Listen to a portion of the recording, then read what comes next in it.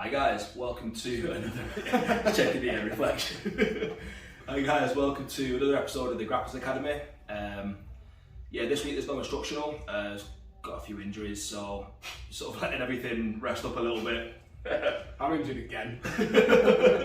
I was debating whether or not we spend the entirety of today about talking about training or dealing with injuries, but I've just come off 6 months of my back and now I've got another knee injury, so might not be too many video instructionals for a while, but I'm sure Simon can show some chunks without having to do too much. Oh, definitely, we'll figure something out for that. With quite a big weekend of events though, wasn't it? Yeah, ADCC Europe and then UFC. Yes. As well this weekend. I think ADCC we had quite a few good results from the UK, didn't we? Yeah, a couple of second and third places. Yeah. The videos that I've seen look like some very, very tough competitive matches. Main highlights that I've watched have been on Owen Livesey's page, and the standard of wrestling at those trials is really, really good. There's that big difference between the ADCC and the IBJJF tournaments, isn't it? It's it's a wrestlers tournament. Yeah. And the way that the ADCC prioritise point scoring suits wrestlers. Yeah. And other people as well as us have talked about it before, but we talked about that, seeing that big influx of wrestlers come in and start fucking people up, getting the points for takedowns, knowing enough to keep himself safe on the ground and dominate. Yeah.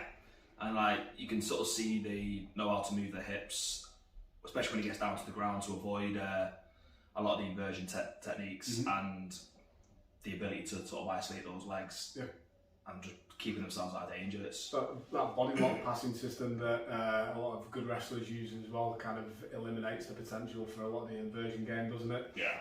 But they're really good at it, and it really suits the ADCC rule set.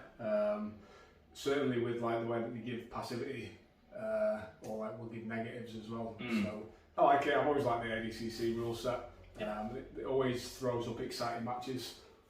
You watch these matches and it's like watching a pay-per-view sort of event, isn't it? When you see the names of the guys that are on. And I think it was Europe and Africa, isn't it?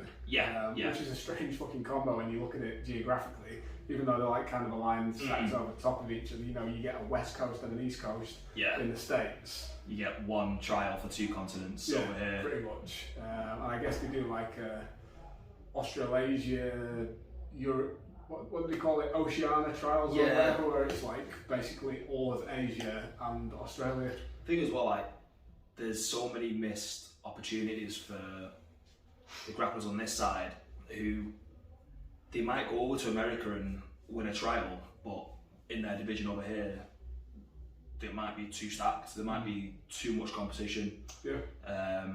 And there's definitely a big potential for that, especially considering if you're bunching Africa and Europe in there. There's got to be some talent there who simply might not be able to get to the trials as well. Well, they sometimes say that the European IBJJFs are harder than the Worlds. Yeah. Some people say it's a more prestigious tournament to win, probably because of the difficulty and the amount of competitors and the quality of the competitors. So it's just weird that they get clubbed in together. I get it. There's probably not as much depth of talent in Africa, just because it's not probably a sport that's got as many gyms over there. Probably equally similar with Australia and East Asia. It's just it's good that all the talent's there in America, and you've got East Coast and West Coast. But like you say, there's probably a lot of people getting through that would have a tough time against some of the Europeans. Oh, definitely. But it's great that we've got the talent over here as well. Oh yeah, it's making a lot of the the shows that are being put on the tournaments more worthwhile watching. Even down to the local tournaments, you get a lot of guys and ladies who are working full time, no desire to, or might not have the facility to get to the bigger tournaments.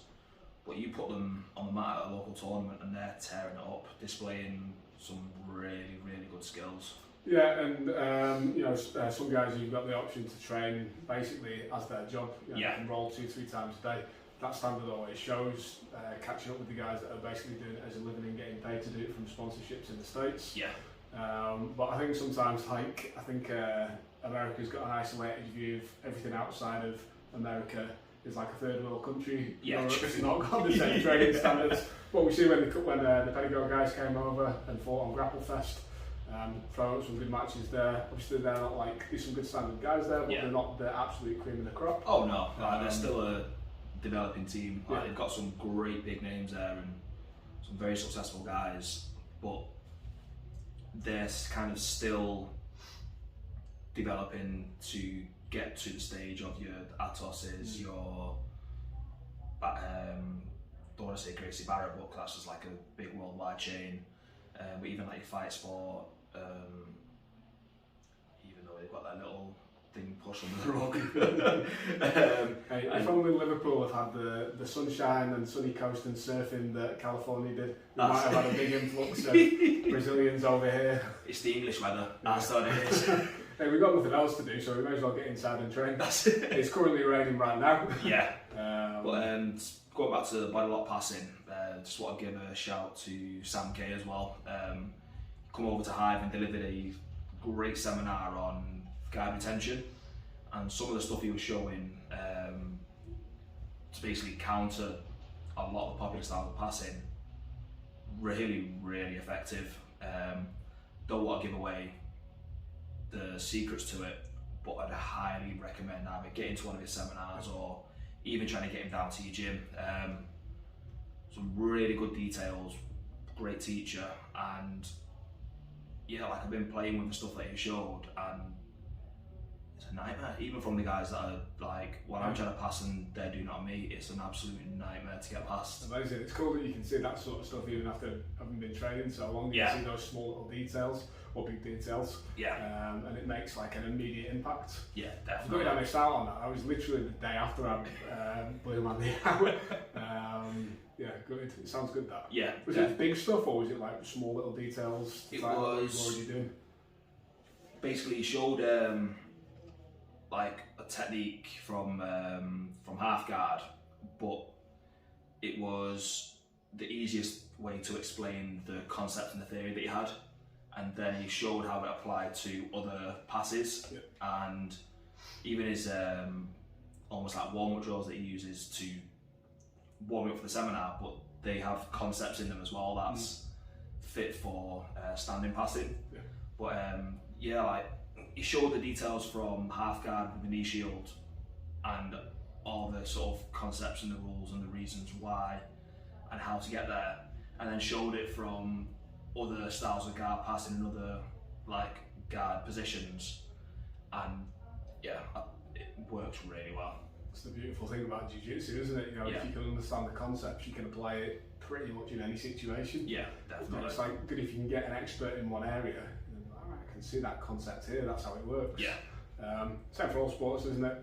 All combat sports, but jiu-jitsu and grappling, it seems to particularly pay off because you can have the same position, just orientate it 180 degrees, you know, top to bottom. And for some people, it's like, oh, I can't deal with this. This is a different position altogether. But in reality, your body configuration with your training partner is exactly the same. Yeah. So the rules still apply. Yeah. And that's a big like eureka moment for a lot of people early on, isn't it? Yeah. You kind of get to the tail end of white belt or blue belt, and you know you're kind of still struggling with how technique A and technique B gel together. Whereas if you're able to start thinking about it like concepts sooner, you're going to start being able to apply that technique in 10 different situations. Well, I was having this conversation the other night after one of the classes, and they were basically sort of just talking about their development, and we've gotten down the conversation of like when do you sort of look more at concepts as opposed to techniques, and sort of that moment when that realization happens is kind of like a penny drop moment. But I'll explain to us like, look, if you're not understanding or getting the full grips of the theories just yet, you may not be there in your journey at the moment. Like, so for me, especially the first 9 months of white belt, it's building techniques. So it's just getting pregnancy period. Of yeah. You come out as a new person. Basically, after 9 months, you're still a newborn. You're still defenceless. So I'm sorry to derail you there. Like, so first, yeah, it's true. Yeah. You've got to learn techniques in the first. You can't start off by teaching a complete beginner only concepts. No, like they need that arsenal of techniques so they can start to enjoy the sport with the sparring aspect and know how to defend, know how to attack, and know where they are on the mat. So like, okay, I'm in this position, I need to do X, Y, and Z to get to here, and then I can start setting up X submission to then hopefully get the fight done. Or I need to defend this position, I need to do A, B, C to get to here, and then I can start to looking at mounting my own attacks. And then I was saying, like, once you get to blue belt and possibly, I'd say maybe 12, like within that first 12 months of blue belt, that's when you should really start looking at the concepts, the rules and the theories around, I wouldn't necessarily say every single position, because that might not fit in with your game, but where you find yourself regularly, and start to just develop a deeper understanding of your game first. And then as you sort of start to develop through blue belt and into your purple belt, you expand that knowledge into less familiar positions. And then brown belt, you can kind of narrow down those rules and almost build your own concepts. And then black belt, you just keep building on that, and almost even there's the argument there to strip it right back again and try and relearn it all, to see if there's anything that you've missed on your way up to that point.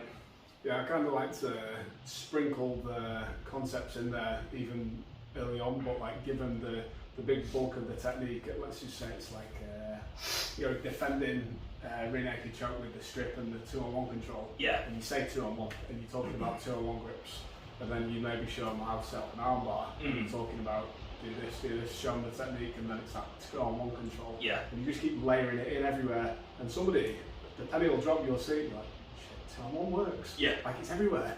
And you can start after you've got a basic understanding of the techniques. 12 months later, say, right, we're going to look at how to transfer this 2-on-1 control, whether it's defensive or attacking. You know, oh shit, we've already done this. Like, it's the same technique. Oh, 2-on-1, and then the penny drops, and then that concept's there. But it's already in the brain. They already know it.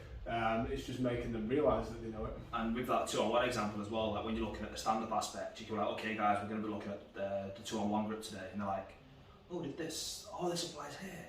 Oh, then that means I can apply in this position and this position as well. And that understanding, like, because I do something similar,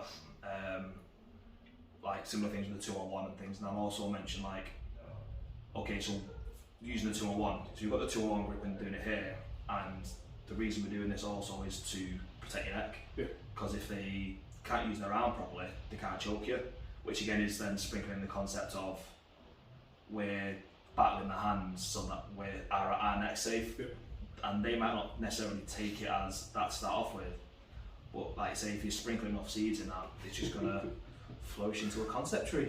I like that. Back as well, like saying about the sort of the areas where like people might not be able to have the resources to get to the big tournaments as well. Mica Galvao, he's from Manaus, isn't he? Did you see him absolutely tear up that BJ Allstars recently? Is this where he competed against Leandro Lowe? Yeah. Didn't watch it, but I've seen a couple of highlights again. Was it good matches? Really good match. I'm not going to lie, Leandro Lowe didn't look very impressive. No. Whether that's age, whether that's just his style didn't suit the tournament format, but Mica Galvao was just, he ended up in close guard and he was just attacking, looking for sweeps.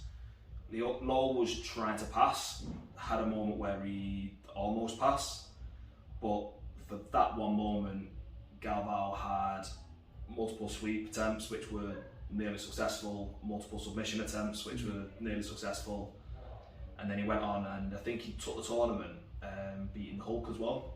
Really? And there was some really good names in this tournament, and there's something special about watching Brazilians do Brazilian Jiu-Jitsu. It's a little bit different from the way that like most practitioners do it, or even Europeans or Americans. It's like a little bit more aggressive, isn't it? Yeah. Like a little bit more aggressive and a little bit more like a fight. Yeah. It's just, it can be exciting sometimes. I definitely recommend watching these. Yeah, I'll check those out. I saw a couple of the highlights and it looked like good fun. Was it the Allstars tournament where Santos just did his flying karate kick, busted his knee out, got up off the floor and then ran across? Was that ACB grappling? I don't know. Yeah, I remember it being the Russian. I think it might have been Russian or Arabian or Saudi organisation, and it was backed by that. Because I remember the story coming out afterwards where they were like, "It's making no money. We've signed all these guys to big expensive contracts. We're gonna just close it." Yeah, I don't know. I still ADCC is probably the most exciting tournament, but I still want to see a rule set that makes gi more exciting. I think if they adopted an ADCC style rule set for the gi, like maybe keep the heel hooks out. I think that's going to become the big differentiator between the two styles. But encouraging that stand up, because a lot, like in ADCC, a lot of the non-wrestling guys learn to wrestle for the tournament.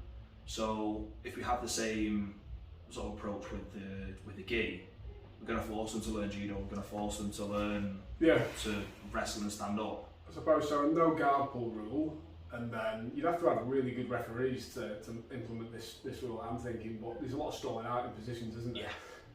Why not have, like, you have to have a really educated referee to be able to do it, but like 30 seconds where legitimately nothing's happening, you get stood back up. Yeah. And then you go again, or something along those style of rules. Because the biggest complaint about gi really is that like not a lot happens because it's easy to stall out. If the two guys, or even one guy's intent on stalling the match out, if you get the takedown, some sort of passivity thing along those sort of lines. Yeah, I do think keeping the warnings in before the penalties, so it's kind of like, okay, it's 20 seconds, you've not tried to progress your position, and I can see you faffing, but you're not really setting anything up, you're just trying to look busy. So here's your first warning. Give him like 2 warnings before the penalty, and then if he continue after the penalty, reset back to the feet. I think it'd be tough to do because like some of the lapel setups or the worm guard stuff, you know, takes a lot of faffing around with the gi. You could be doing that for like 20-30 seconds, but it's well, you can sort of tell, though, can't you, if someone's faffing to kill time or if they're trying to set something up. Yeah, you need some good referees for that, but I think that'd probably make a big difference. Like, warnings, of course. I think you get warnings in ADCC still, don't you? I don't think you get like it's kind of like going on the shot clock in wrestling, isn't it? Yeah. Wrestling's exciting as fuck because, like, if they're not doing anything, the matches are quite short. They're like 3 minutes each way, 6-minute total match. If you're not doing something for like 30 seconds or so, you get a warning, and then another 30 seconds you're on the shot clock. If you don't score or do something, you get negative points. And a lot of times what you see is smart as well is like the guys will try and get somebody on the shot clock, and then the second that shot clock's over and they've gone down a point or like they've got the point, then immediately attack and score and take down themselves. Because you kind of got that moment of just been penalised, a lapse in thought, capitalising on and that. Also, you may be physically tired from having chased down points on somebody who's just defending for 60 seconds. Yeah. Because it's hard to get a takedown if somebody's just adamant on defending, isn't it? Oh yeah, yeah. So maybe something like that would be cool to see. I don't know exactly how it would be done, but I'd really like to see gi be more exciting and get higher up on that platform of like from an entertainment point of view, because nobody's just running away with it. Yeah. There are some athletes who are coming through and are really exciting with how they play. It's just the other ones who are there, like they're there not to lose, so they're not necessarily there to win, but their main priority is I'm not going to be beaten. So whether that means getting a takedown or a sweep and just holding position for the rest of the timer. It kills the sport. It'd be like going to watch football match. Yeah, and just sort of getting you one goal and just pulling everyone back and being like, okay, we're gonna have all 11 players defending. Do you remember the Meta Morris match with one of the Gracie boys versus Galvao? And Galvao just basically controlled the dominant positions all the way through the match, and then it was Henna. It wasn't Henna. What was it, the Heron? Yeah, it was, wasn't it? Yeah. And he got up at the end of the match and was basically like, well, he's a bigger dude and I didn't get subs, so I win.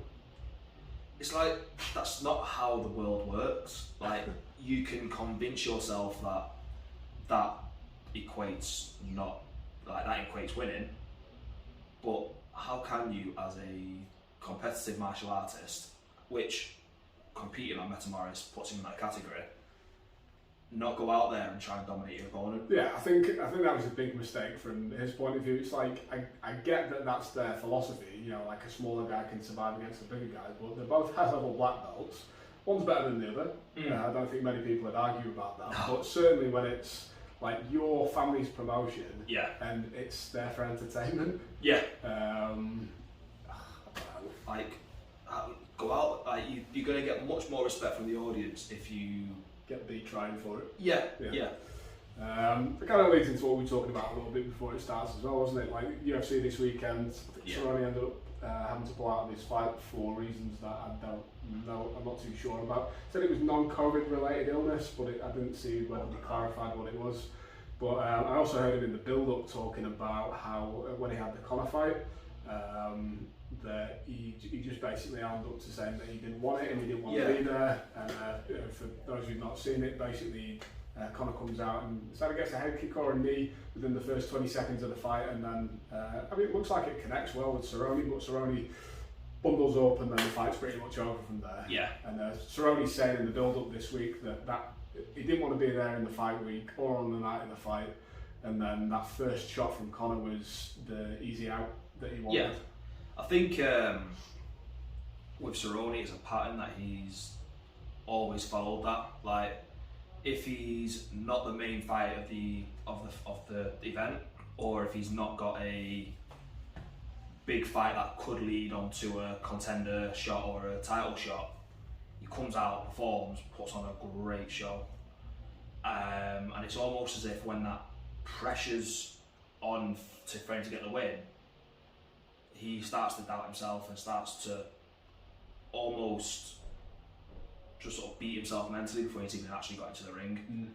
And I'm a big fan of Cerrone, and for me, if you're getting to that point in your career, it's dangerous being in the ring, because if you're willing to take the head kick or as your way out, what's that doing to you, right?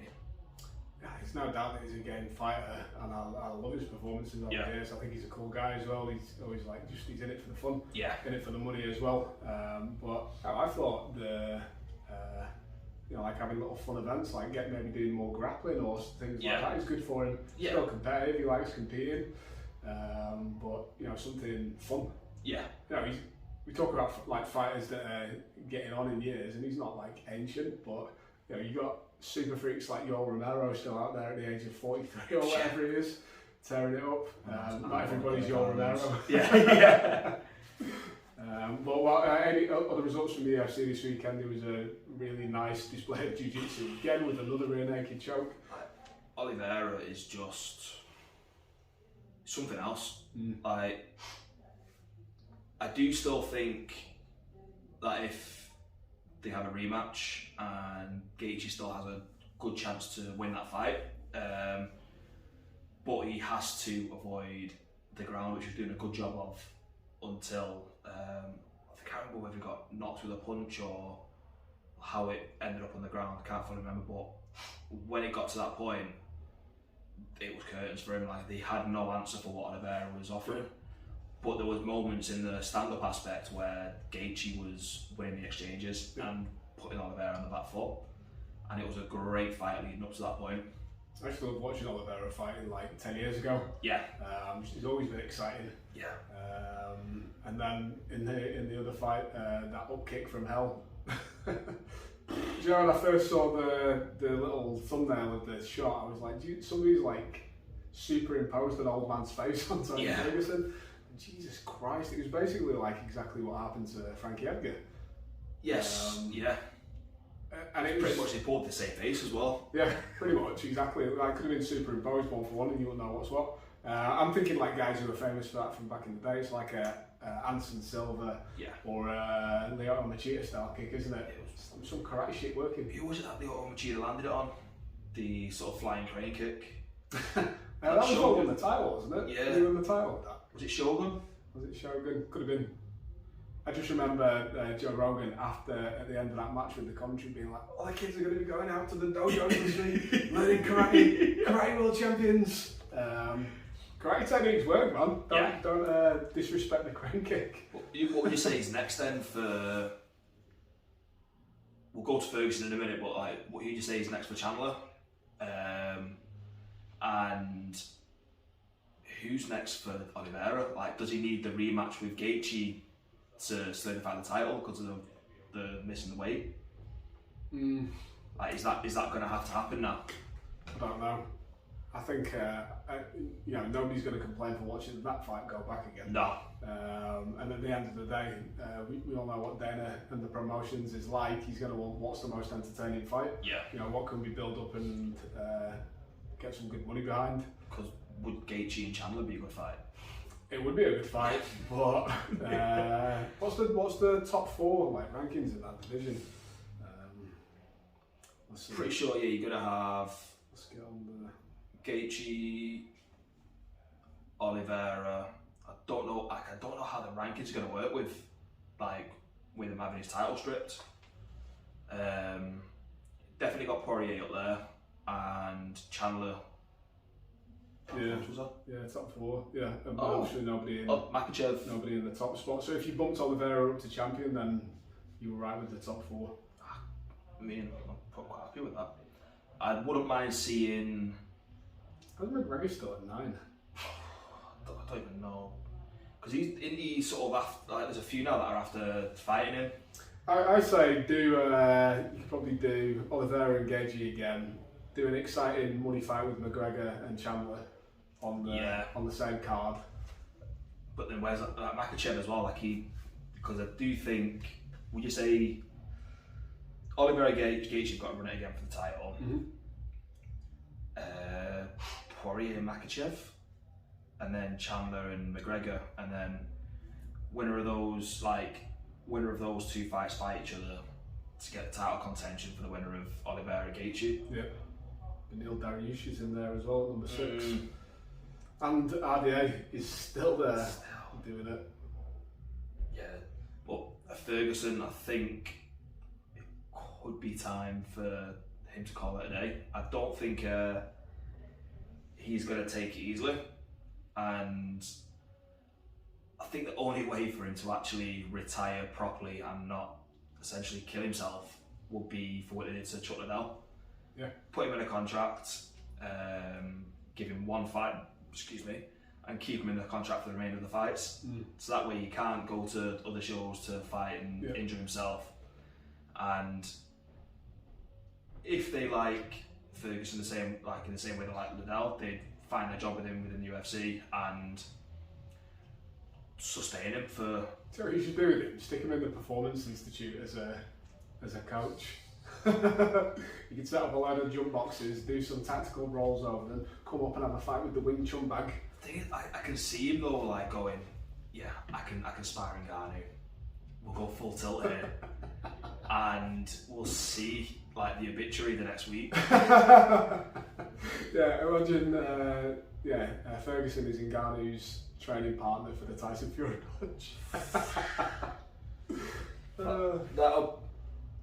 This isn't any disrespect to Tony Ferguson, but I think that would be on the same level as Steven Seagal training Anderson Silva that time.